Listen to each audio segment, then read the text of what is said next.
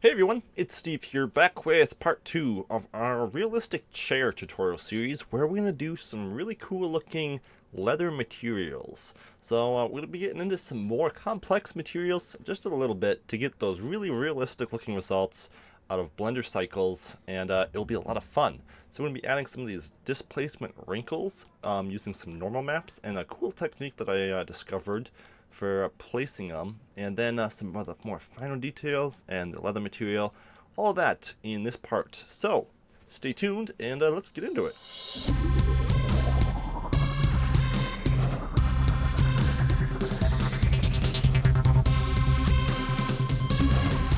Alright, so before we can really add the materials to our object, we need to do some unwrapping. Now, a lot of people get scared of the term unwrapping because it means basically doing what we already did. So it's going to be easy for us. It means separating the sections out into pieces that could actually be stitched together, essentially. But we already kind of did that. So unwrapping on this project is actually a breeze, and it is not that big of a deal at all. So let's go ahead and do that. I'm going to tab into edit mode, and I'm just going to select some of our separate pieces. If I go to face select, it'll be easier. So for example, this piece here, I want to unwrap this one and the one behind it. So I'm going to grab both those, go U, unwrap, and you can see it unwraps it real nicely here. I'm just going to scale it down a bit because we don't need them to be that big. And then same thing with the front here, grab that, U, unwrap, and unwraps it nicely. And that will work. We pretty much don't have to add many seams at all. So now the armrest here, grab that, U, unwrap, scale it down a bit. Now our cushion, grab this portion here, you unwrap, scale it down a bit, grab the other portion here, you unwrap, scale it down a bit. For our cushion, we might need to apply the other half of it to have the materials work nicely. We'll see. I guess we can always do that later. It doesn't really matter. And this is the only portion that I added a seam in, right across the bottom here. Just add a seam across this edge. So just grab it with Alt right clicking, Control E, mark a seam, and this will basically cut the UV map there. So we can have it with a seam there, and then it'll unwrap all around. If you don't know what I'm talking about that. We cut it so we can unwrap the whole thing and do a part like that. And that's exactly what we want. This one can be scaled up a little bit just to kind of match the scale of everything else. And then I'll grab this face here, or this object, and unwrap it as well. And that should do it for the UV unwrapping. Last thing is the little stand here that we'll be adding material to. And for this, you can just go U, and if you're in front view, choose cylinder projection, and that just does a nice job of unwrapping that. You want to scale it down on the Y so it's not stretched. Something like that will be good. So let's start with the leather material because that's going to be the most involved material. But it's also going to look the best. So I'm going to go ahead and change it to Cycles Render right there. And let's pull our window open here. We can collapse. Well, it actually might be nice to keep one image up so we can kind of reference something. And then I'm going to pull this over and switch this to the node editor so we can have some room for nodes. So I'm going to go ahead and go use nodes on our material here. If you don't have a material, just add one in. We'll go ahead and call this leather to be nice and organized. Now I'm going to switch to the material nodes right there, just to make sure we're in the right spot, material nodes. And you can see we have our basic diffuse texture. Now I'm not going to be using the basic diffuse texture in this, no sir. We're using the new principled shader. So the principled shader is pretty new to Blender, and it's awesome because it has all these features built into it, and it's what they call PBR for physically based rendering materials. So it has like I should have even tried to pronounce that right now. Fresnel. It has Fresnel added into it and stuff, so you get better looking reflections and results to your glossy shaders and stuff with less work. So it's just handy to have. Okay. I'm still laughing about trying to pronounce Fresnel without first thinking about it. Okay, got that out of the way. Now we can go ahead and add in a color. So I'm going to go Shift A, add in an input, and just an RGB. Because I'm going to be using this material to kind of add other textures over the top, this is just the base color to start with. And I'm just going to cheat and grab the color right here. So instead of spending forever trying to find the right color, just grabbing it from my reference image. If you wanted to make kind of a different colored leather, you would change the color here. But that's what I'm going to do for that. And now I'm going to add in an image texture. So Shift A, Input Texture, and Image Texture. This is going to be up there. And what I'm going to do before going any further is enable the Node Wrangler add-on. So if you go add-ons, search for Node, you'll see Node Wrangler. Enable that, and that will give us some nice shortcuts for using materials. And I'm going to also change this to be using my GTX 1080s. There we go. Okay, so now if I go to rendered view here, actually it's going to look kind of bad because I haven't set the lighting up, but it's workable. So for now I'll just leave that. And if I go Control Shift, we can see just what that base color looks like. And I'm going to open up our first texture, and this is going to be the leather texture. Whoops, I didn't want to do that. I want to click that right there so we can see our textures. Yes. That's just this basic leather texture right here. If I go Control Shift, you can see what that looks like. You can see our unwrapping job is looking pretty good too. And I'm just going to also add in Shift A, Input, a texture coordinate node. So we have that, and a mapping. So a vector mapping node. Connect the UV to the vector and the vector to the vector. Now I'm going to use this to repeat this texture about 14 times. So just a real fine leather texture there.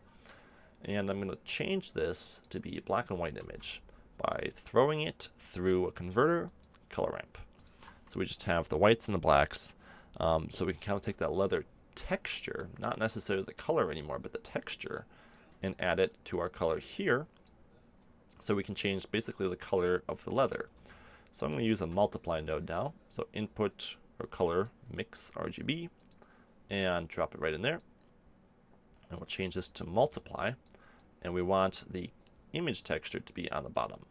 So pop that in there. Let me zoom in here a little bit so you can see that just a little bit better. Give ourselves a little bit more room. And it's just going to be multiplied about a 0.5 or 6, so not 100%. But you can see that gives our color just a little bit more texture to it and looks better than a basic flat color might have looked. So with that done, we can go ahead and add one more texture to this. And this is basically just a dirty roughness map. It's actually a texture that I'll be using for the plastic later on. But I found just using this a little bit to add a little bit of dirt and randomness to the texture looks kind of good. So I'm going to first duplicate our texture coordinate nodes here by just hitting Shift, whoops, I don't know what I did there. Shift D though, duplicate these. Actually, I don't need to duplicate the UV. I can use the same UV coordinate for that. But I want this to be repeated less. So I'm going to turn this down to a 3. And then I'm going to go Shift A, or actually I'll just duplicate this image texture, it's easier. And open up our dirty plastic. So it's for the plastic here, and it's the roughness map. So just go ahead and open up that. We'll check, and you can see it's just kind of a dirty plastic. But basically, I wanted some of those like highlights and stuff to be added over our texture to give it some kind of a cool looking effect. Also, you could apply the mirror modifier if you're totally satisfied with your object, so you don't have the textures kind of repeating across like that. If that was important to you, which, you know, maybe I'll do, just because I do think it looks a little better when you don't have that. So you will have to unwrap it again, but that's not a biggie. It's just that you can't tweak things after this point, so keep that in mind. But I feel like our objects are pretty good, that we can go ahead and select it and apply the mirror modifier. Alright, so now you're going to want to just go hit L and unwrap those portions again real quick, and then this side and that side too. You might want to do the same thing for the other sections here. Apply the mirror modifier and unwrap again. If you don't want any repeating textures, so probably don't want that. So we'll go ahead and apply those. So just put a seam across the bottom here, Control E, mark seam, and then we can go ahead and unwrap this just like before. And we get a nice unwrap. Same thing with both the end caps. Grab both of them with L, unwrap them, scale them down a bit. And then if we're going to apply the mirror modifier to this as well, which we probably can, as long as you've inspected it and are happy with it, you can go ahead and apply the mirror modifier. One thing that I usually do, I don't really need to do in this case, but it might be smart. I already applied some of them, so it doesn't really matter. but I like to Shift D my my object and move it to a different layer if I'm not sure I want to go back and might want to change some modifiers. So it's always kind of a good thing to do before you apply something like a mirror modifier, is make a duplicate just in case. But I'm going to go ahead and apply this now, and then yeah, we can unwrap these objects again. Whoops, don't do that. Real quick again.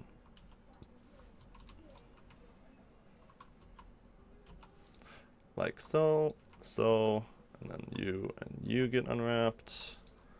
Okay, scale them down a little bit just to make sure they're all kind of even in size, and you get unwrapped. And then these back two get unwrapped too, that's right. Alright, and that should be enough unwrapping that we're ready to go. So, if I go back to rendered here now, you can see that we don't have the repeating textures anymore. And we might want to make this a little bit more now, maybe like a 4, just depending on how big your unwrap is. And then we'll take this texture, so back on track now where we were before, duplicate our multiply node, and we're going to change it to be overlay, or no, screen, I'm sorry, screen, and just kind of screen some of the white areas of this over our color. So you want this in top, and you want the roughness, dirty texture to be on bottom. And then if I go to here, you can see that we're getting that kind of coming over here nicely. And I can kind of put as much as I want, but just adds that kind of variation that adds realism to it. I'm going to increase this up to 5. All right, and we're almost done. One last thing to add some variation to our leather color I found looked pretty good was adding in a noise texture. So input right here. No, I'm sorry, texture, of course, noise texture. And then adding in a color ramp, so convert a color ramp, and connecting the color to the factor. And then we're going to take these colors and just give them some varying colors. So starting with the black, we'll take it. And I'm just going to kind of cheat actually and use my image here for different looking colors. I'll hit Control on our color ramp, so we have another marker there, just right clicking. And I'll change the color of this to be something a little different. Right there, and then hit Control again, add another one, give this a little different, and I'll change that last one to be something a little different. Now you can see most of these look pretty similar, so you might want to go and make it just a little bit more extreme, maybe a little purpley, maybe just slightly to the greeny end, so you have a little bit of variation in your colors here. Let me quick move something over here so I can see some off screen. Okay, and then the scale is going to be a bit bigger, something like a 15 and 8. So we have our texture, a little bit of detail in the noise. If I look at this now, you can see it's kind of painful on the eyes, but it's doing what we want. You can change this to ease as well. Sometimes, depending on what you're going for, it can give you a little bit better results. But then I'm going to duplicate our screen node. This one's going to be changed to overlay, and put this in the bottom socket, put the screen in the top socket, and we can just give this about the same amount, a 6 or so, and you can just see that it gives a little bit of variation to your leather. So leather is never all the same color, and it always has like little hues difference, and this kind of gives that hue difference across the whole object like we want. So with that all done, this can be plugged into the base color of our principled shader, and we can check out what our principled shader is looking like. Just with the color, we don't have anything else set up yet, but it's looking pretty good. And there is our color setup for leather material. Now it's time to get on to some of the other materials, but I feel at this point we might want to give ourselves a little brighter scene. So I'm going to quick set up a few render settings before we get much more into materials. First, our world settings. You want to choose use nodes. You can make the color completely white, but take the strength down a little bit. And then I like to go and switch to filmic. So in our scene settings here, color management, change it from view from default to filmic. When we render, we're going to want to be using the new denoising feature. That's pretty much a must-have right now. It's my favorite new feature in Blender. It speeds up cycles so much more than anything else so far because you don't need the high sample count. And then a few lights. So instead of using lamps like this, I found it worked a lot better to use object lights to kind of set up our studio lighting. So let's do that now. I'm going to go Shift S, cursor to center, Shift A, add in a plane, scale it up quite a bit. And now I'm going to quick add a little bit of the studio sort of curve in the back here to kind of bounce light back. So I'm going to go to side view here. I'm going to place my cursor right about here, right above my blue line there. And then I'm just going to go T, and in our tools, I can choose spin, and that will put a nice curve right in my object because I have the edge selected. And then I'll hit E and extrude it up some more. Now if I quick place my camera by going right about here and going Alt Control 0, I can tab out of edit mode and grab the camera, hit G and just pull it back a bit. I'm going to want my camera perimeter to be zoomed in quite a bit more. So I'll change the focal length to be something like 55 or so. And then I can grab my background here, smooth shading, and scale along the X to kind of hide anything that might be visible in the background. And there you have it. This can have just a plain white diffuse material. So just give it a material, make sure it's white 100%. And now I just need a few lamps to finish off our scene. So to get the lighting set up real nice, let me close this off and split my window one more time so I can have it rendered up here as I'm adding the lights down here. So in camera view up here, we can see our object, and the lighting is pretty blah because there's really no direct lighting. So I'm going to go ahead and place my cursor right around here, Shift A, add in a plane, scale it up a bit, and this will be my first box light. Just kind of placing it from the slight angle, but mostly straight on, right about there. Give it a new material, make it an emission material, and we'll give it a strength of about 15. And you can see right away that kind of adds a shine to your leather, kind of makes it stand out a bit better, and that looks pretty good. Now I'm going to duplicate this, pull it to the back here, rotate it around the Z axis to kind of rotate that light around for some backlighting. And this one, I'm going to click that box right there to make it different, so it's its own material. And then I'll give it about a power of 12. Okay, and then one more time, I'm going to duplicate, pull it over here, and rotate around the Z to give a little bit more lighting on this edge. And you can kind of play around with the edge, the rotating now to get like the lighting and reflections from the right spots. But overall, this is the basic lighting that works pretty well. And you can already see that it's looking way easier to see the differences in materials and stuff as we make changes. So that's why we kind of had to get that set up first. Alright, so let's work on the displacement wrinkles in our object now. Now that we have lighting set up, displacement should be easy to see, which will make it nice to work on that now. So let's kind of give ourselves some more room here, pull this down a bit, and first off, we're going to add in our normal map. So I'm going to go Shift A, add in input, and this is going to be an image texture. And I'm going to go ahead and open texture, and this is our normal map. And it's a space blanket texture from textures.com. I'll include the link in the description, but you can see it has some nice wrinkle effects in it here. And it works really well to kind of give those creases that we want. So with that added in, okay, something's bothering me real quick, and it just looks like the edging on the piping here got moved a little bit. So I need to grab it along the x-axis or y-axis and pull it in a little tighter there. That's looking better. Let me go into check that. Okay, that was just what was bothering me real quick there. All right, it looks like maybe this got moved a little bit too on this end.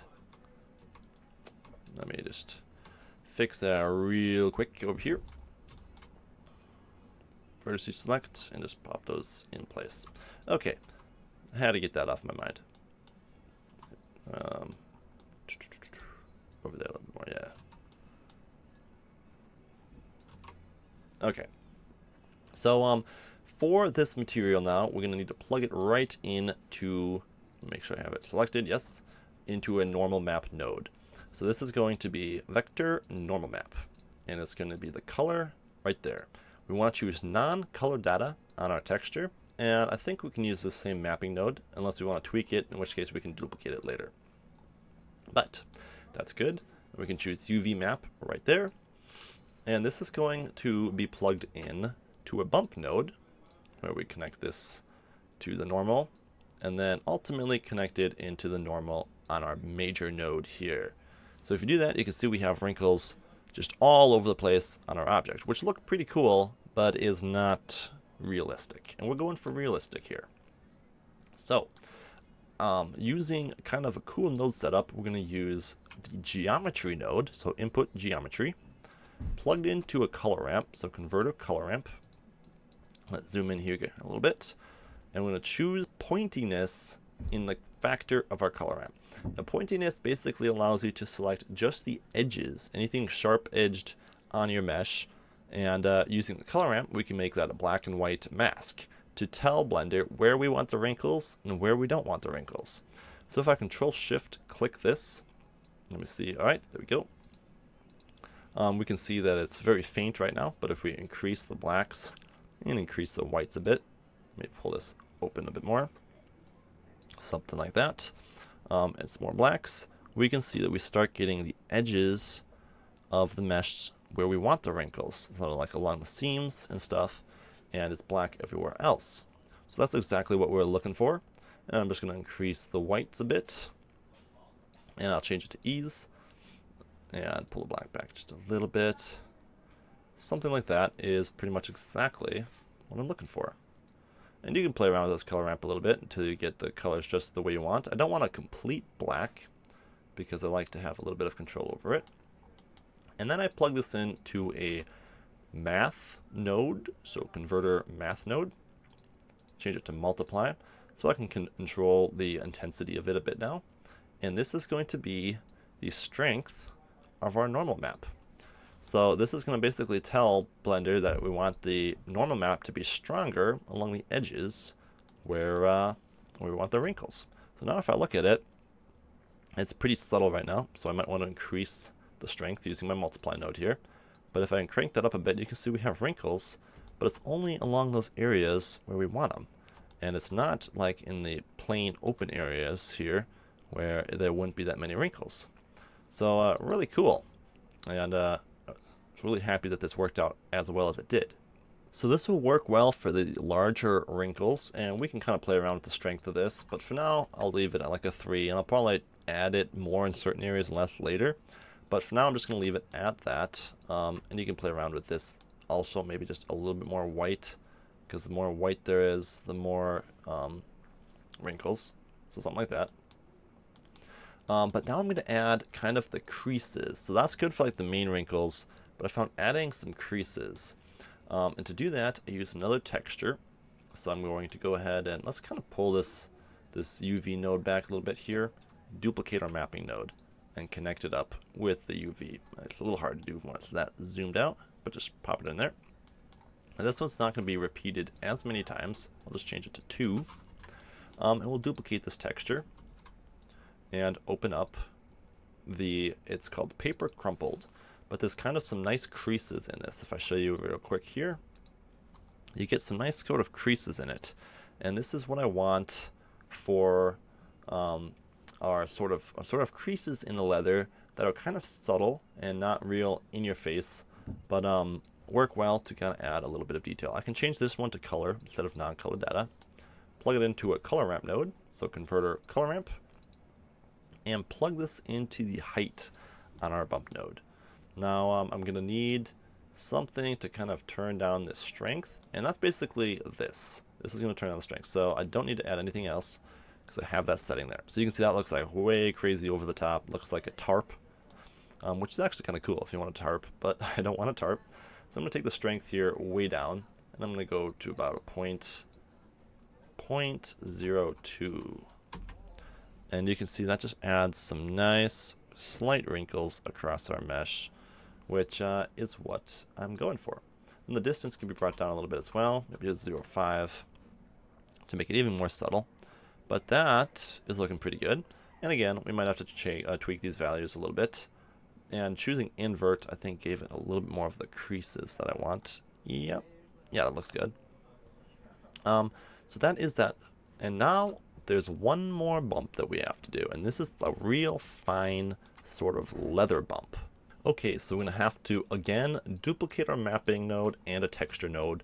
So we've done this a few times, and we'll do it one more time so we can really repeat this texture a lot more, because this is those fine bump details we're talking. So go ahead and open up the new texture here. Let's click the button so we can see what they look like.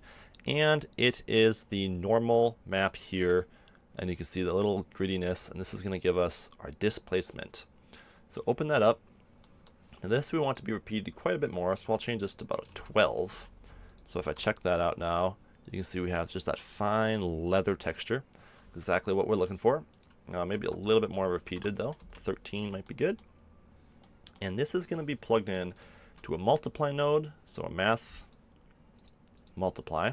Whoops, that's subtract. We want to multiply. And this is going to be plugged right into the displacement on our material output. So if I do that and I check it, you can see we have really strong, but that leather is showing up and it's looking really cool. So that's exactly what we want. We just want the value turned down.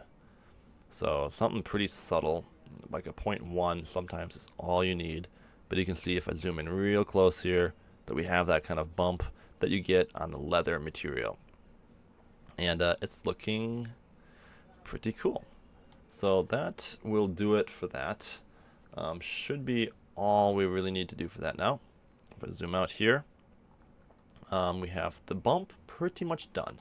So now let's focus on the roughness. So we're going to turn the specular up a little bit more on our chair here, so it has those nice shiny reflections. But now the roughness is going to be affecting what parts are shiny and what parts aren't as shiny. So we can go ahead and just duplicate one of these textures here. I'll just hit Shift D real quick. And we're going to take this, and this can be repeated the exact same as the normal map. So I'm going to use, this is the one for this texture. Things are getting a little hairy here. We might want to kind of give ourselves a little bit of room. Don't want you guys to lose track of what I'm working on. So it's this node here. So let's zoom in on it. I'm going to change this to be the roughness. All right. So I'm going to go back here, show them all. This is the roughness to the same sort of space blanket that I'll give the material to in the description. But you want to open up the roughness. So roughness is right here, and it's kind of just a flat gray. And this is going to set the base roughness, so I can go ahead and plug this in right away.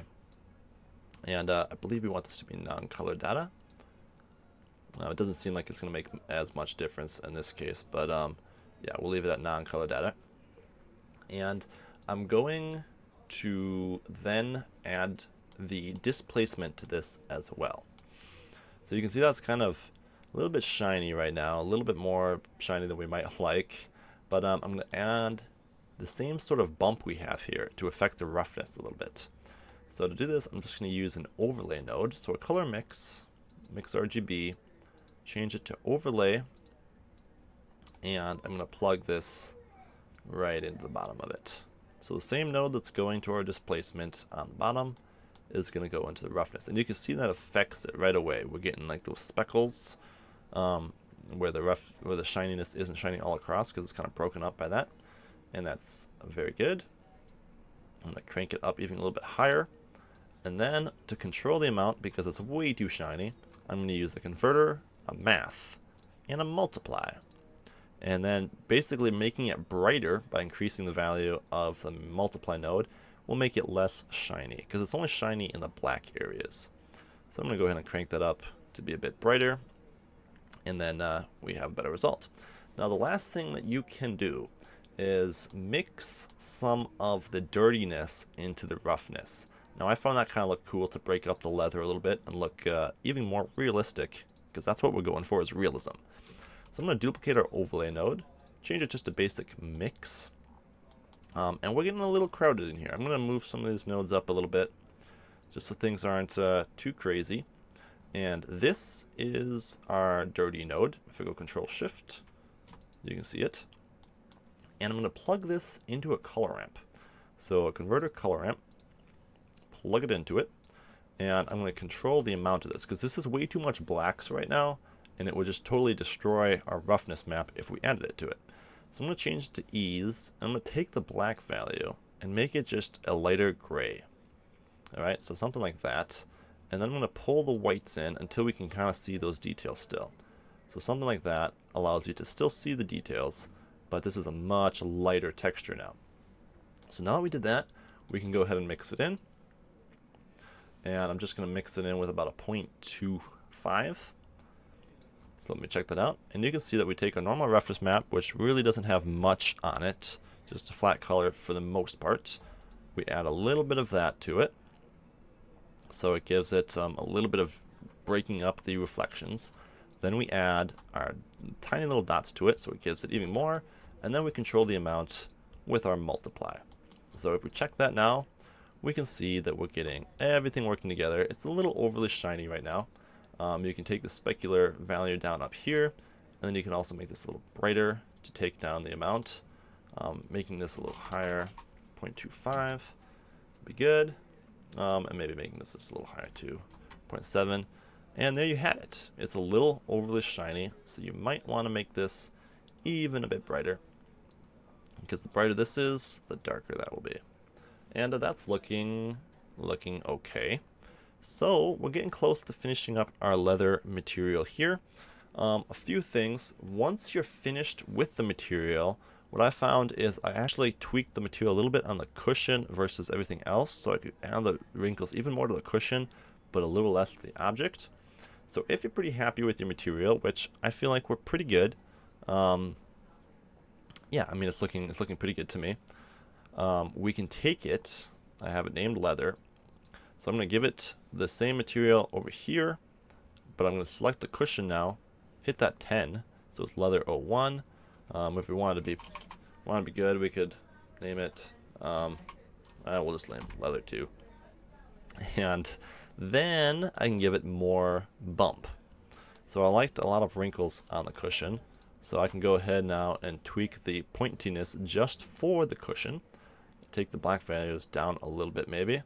Pull the white values up a little bit more intensely.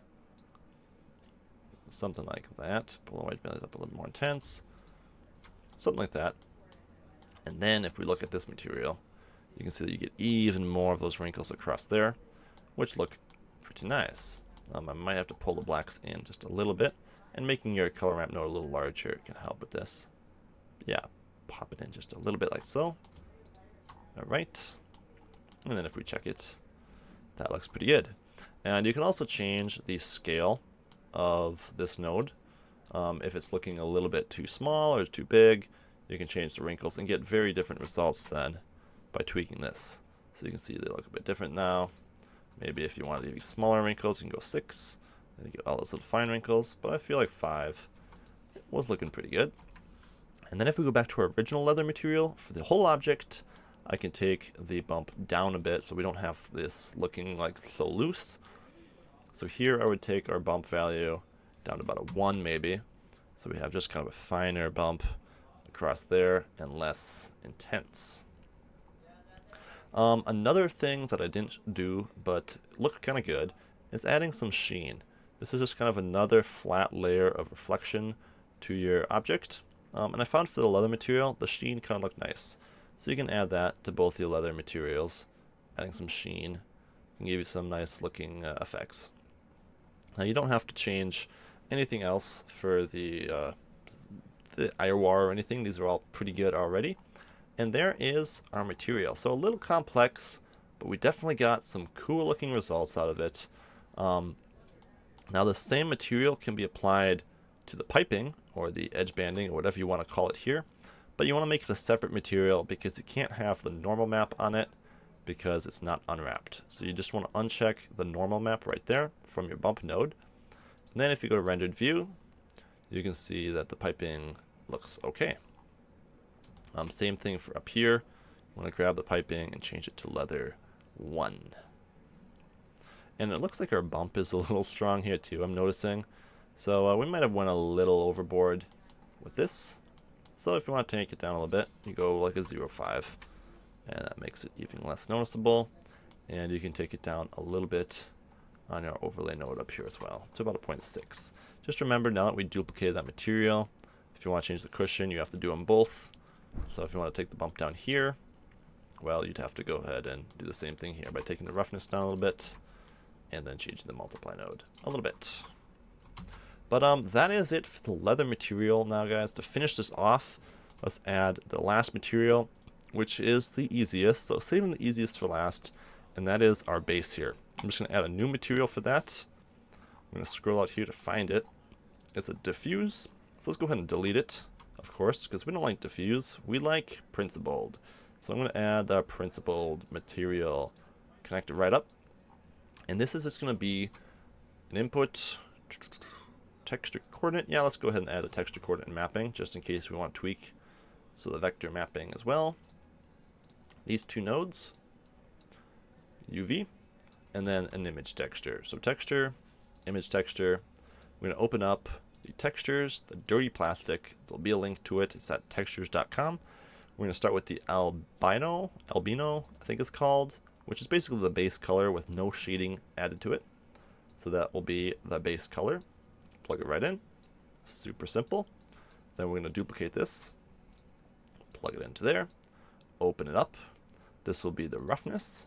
So go ahead and open that right up. And plug it right into the roughness. And you can see that affects the specularity there. And then we can, I think we can change this to non-color data. But again, it doesn't really make that much difference with the roughness. And then I'll duplicate it, connect the bottom up, and change this to the normal map. Now the normal map, the only difference is it needs to be plugged in to the normal map vector node as the color, and then choose the UV map and plug it right into your principled material shader. And with that done, we have it set up like so. And you can take the amount of specularity down now a bit if it's looking overly shiny to you. But that'll do it. And it looks pretty good. So let's set this up for a final render now. I'm just going to go to our settings here, and I found that turning on AO and adding a little bit of ambient occlusion back to it looked pretty cool. Also, if you want to change the material and the piping to be just slightly different, you can do that as well. Maybe it's slightly more reflective, being that it's in the pipe like that. So you can take that material, make sure you have it selected. Yes, I do. Make it a little less reflective by taking your multiply node down, and maybe make it even a little bit darker by just taking this texture color here, and this is how we affect the color, making it slightly darker. So it just kind of stands out a little bit more. And if I look at it in object mode here, you can see it's looking pretty good. If I hit 5 on my number pad, I might want to scale it. Whoop! I can see that it kind of disappears down here a little bit. I'm just going to pull it out at the bottom there so I can see it there better. Cool. And you can see it up there now. This one doesn't have the right material given to it, so this is leather 1. Fix that issue before it even happened. And I think the bump may be on our couch material. I'm just getting a little picky here now, but just making sure we have... Okay, this material is actually wrong. I took the normal off of it. This is supposed to be the leather... Let me get this sorted out real quick. This is supposed to be the leather .2. Nope. Actually, the leather .2 is the base. This is just the base leather. Yep. And the base leather for this as well. Okay, cool. We're back on track. Now, yeah, might want to just change the amount of wrinkles a little bit on this by tweaking this node here. Pulling the white value in just a little bit, like so. And maybe making it just a little bit stronger. All right. And then going back to it. And you can see we have a little bit more wrinkles there. So that looks a little better. Alright, so let's render this bad boy. One other thing, in your filmic settings, you can change it to have a little bit more contrast. I found a medium high contrast looked a little bit better. And your lamps, if they're visible, which they don't necessarily have to be, but if they're kind of getting in your way, you can pull them back a little bit. And you can also go into your cycle settings and your object, cycle settings, and just turn them to not be visible to the camera. So this way it's visible in 3D view, but not by the camera. So you can still see them here, but not in here. So that looks a bit better. We'll just go ahead and save our scene and render away. And I'll just quick add that AO to it to finish it off. But that'll do it, guys. We should have our scene finished. And there we have it. Let me just open this up in the compositor now. So switch to compositing, use nodes, backdrop. Let's drop this down a bit here. And Control-Shift, click it. You can see we have it there. And when you look at it here, you might see that you have a little bit more wrinkles than you want. V zooms out, Alt V zooms in, by the way. And maybe even a little bit too much dirt. If you notice that, you can always turn it down a little bit. Not a big deal. But I'm just going to add in a color, a mix, change it to multiply, and add the AO in the bottom here. I don't like it added in 100%, but I found like a 0.6 gave it a nice bit of enhancement. And then yeah, if you wanted to tweak the exposure a little bit, brighten it up maybe just a little bit, add even more contrast, you can do all that right in here. But something like that looks pretty good. The bump might be a little strong depending on how close you're zoomed in or something. But that is it, guys. So that is how you create a chair with materials and displacements and everything you need to get some realistic looking results. I hope you had fun in this 2-part tutorial series. If you did, leave a like, share the video, maybe share your finished result in the comments. But that's going to do it for me, guys, and I'll see you guys in my next video tutorial. Bye!